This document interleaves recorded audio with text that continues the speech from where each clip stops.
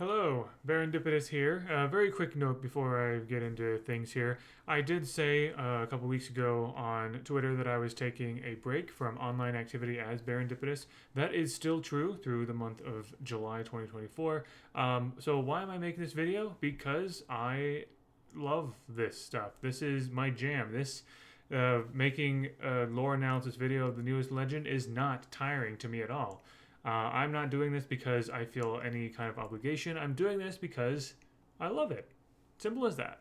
So here we go. Thank you very much to LeftStickDown once again for very graciously and generously showing me the lore a few days early, so that I can get this video out in time for Imugi's release. I appreciate it so much. And he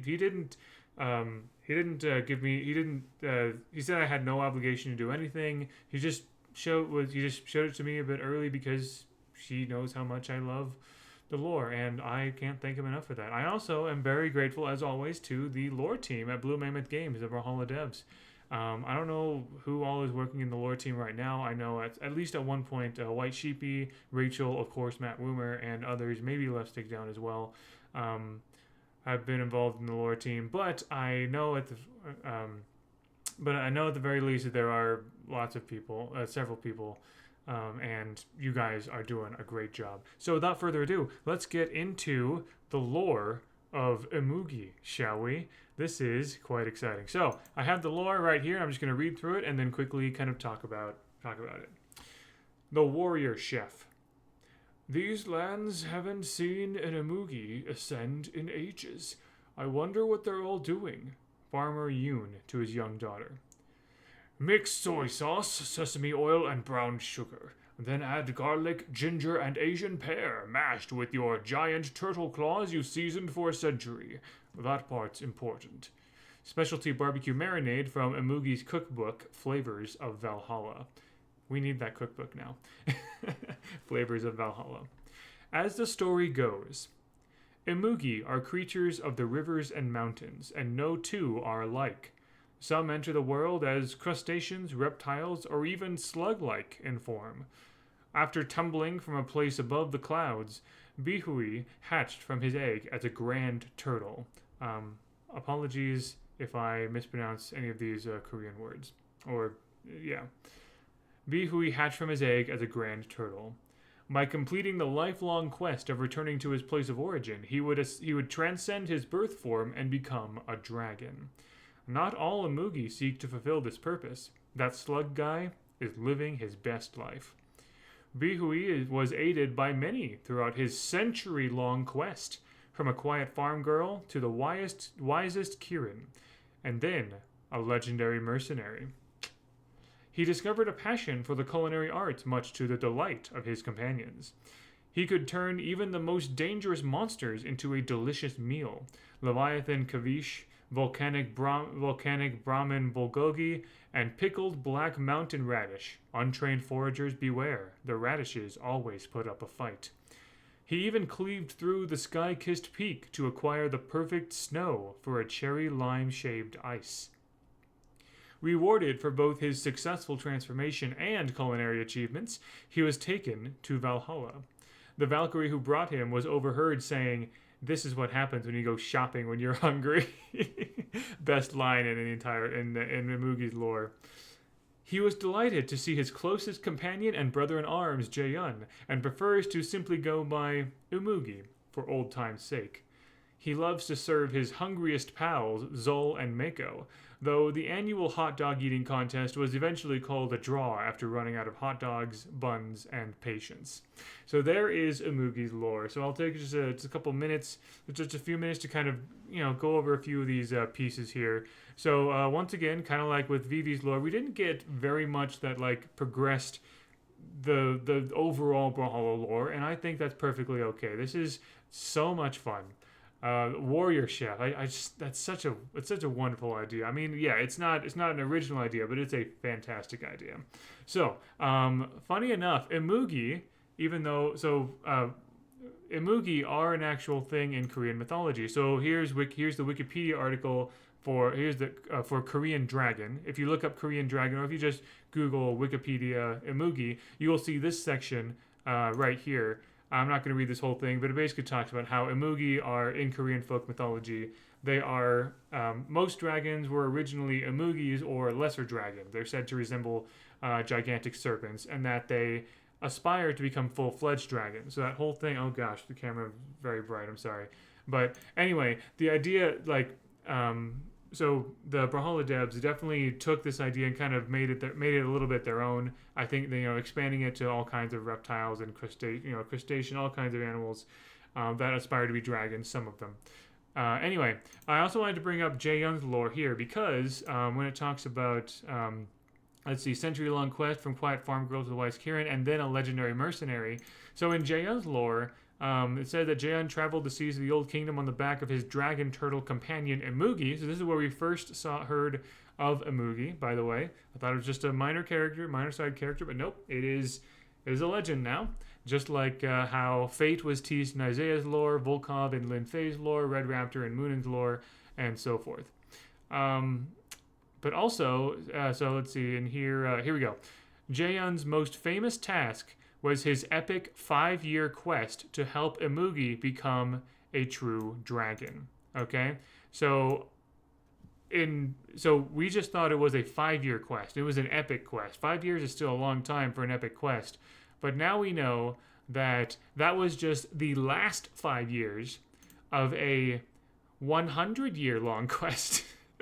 Imugi has had lots of companions, but it sounds like his closest companion and brother-in-arms was Jaeon, which is really fun. And also, if you see the teaser trailer that first revealed, the reveal trailer for Imugi, Imugi is cooking for Jaeon, and Jaeon is so happy. They're just, oh man, we need some kind of like, road trip buddy, some like, kind of like, brother-in-arms road trip buddy cop kind of like story with Jaeon and Imugi. That would be a lot of fun. But anyway, there you go. It's really cool to hear that like Imugi has gone through a lot more than just the 5 years to become a dragon. I looked up a couple of these words. So we have like Leviathan, Kavish, and Volcanic, Brahmin, Bulgogi. I just thought, if you can easily Google Kavish, you can see kind of what it looks like. It looks like it's fish or shellfish marinated in citrus and seasonings. And it sounds like Imugi does, I don't know, these are probably not all just Korean dishes. It sounds like Imugi, at least this Wikipedia blurb said it's a Peruvian traditional cuisine, but maybe there's like a Korean version of it. I don't know. Bulgogi, it's a gooey made of thin marinated slices of meat, most commonly beef, grilled in a barbecue, blah, blah, blah. It's also often stir-fried in a pan, kind of a thing. Associated with Korean cuisine. Okay, so there's that as well. Even though it sounds like not everything that Imugi makes is specifically just Korean. He's probably like just done all kinds of things or whatever. And that's actually not too surprising to me because, I mean, I've watched enough cooking shows like Iron Chef and stuff like that to know that people from all around the world can definitely specialize in cuisines from other parts of the country, like a Japanese chef specializing in like French or Italian cuisine or something like that, right? Or someone in Italy specializing in Japanese like there's all kinds like culinary cultures mix and match all the time, and Imugi having lived for 100 years that could definitely make sense. I love that, of course, at the end, he loved Imugi's hungriest pals, not just Jaeon, I guess, but Zol and Mako, unsurprisingly, are the ones who like have the biggest appetites. And let's see here. And like I said, the funniest line in this whole thing to me is when the Valkyrie who brought Imugi, we don't know if it's Bryn or anything, but the Valkyrie who brought Imugi said, "This is what happens when you go shopping when you're hungry." That is true. Like I do I go shopping when I'm hungry too often, but yeah, and it's just like, wow, that looks so good. We need to bring you over and bring that cuisine over.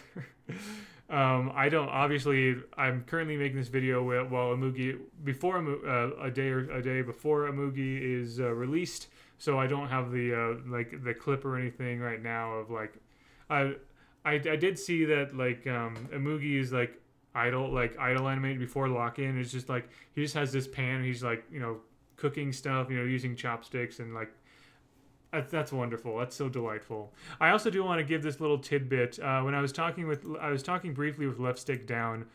He shared this with me over like Discord DMs, and um, I told him if Imugi can make a meal out of dangerous things, I wonder if he could learn anything watching Delicious in Dungeon or Dungeon Meshi, the anime, which I have not watched, but I really want to because I love that concept of taking like exotic like creatures and finding ways to like cook them into dishes and whatever. I have played. Oh gosh, there's a game that explores this something Brigade. Um, oh, oh gosh. Here, I feel like I have to just 1 second here. Um, Battle Chef Brigade. That's right. Okay. Battle Chef Brigade explores those themes as well. I love that game. That's a lot of fun. It's a brawler and a puzzle video game where like part of it is so for part of the game it's like a little match three, almost like match three type like little puzzle. Well, not exactly match three, but like little gem puzzle game where as you're cooking, you're trying to match like ingredients and mix them together and stuff. And then to get the ingredients, you have to kind of go out back and fight a bunch of creatures. Essentially, it's like this. You just go back and forth during various cooking competitions. Really cool. I love that idea. So when I mentioned that, Leftstick said to me. Well, first of all, he said, yeah, this is Imugi with our own little spin, of course, based on Korean mythology. He also said Delicious in Dungeon, the anime, got brought up so many times while talking about Imugi. I'm guessing he's referring to the various meetings that the devs have had in developing this character, which that's just very delightful.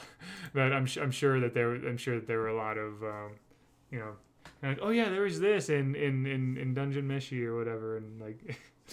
Or anyway, I would love to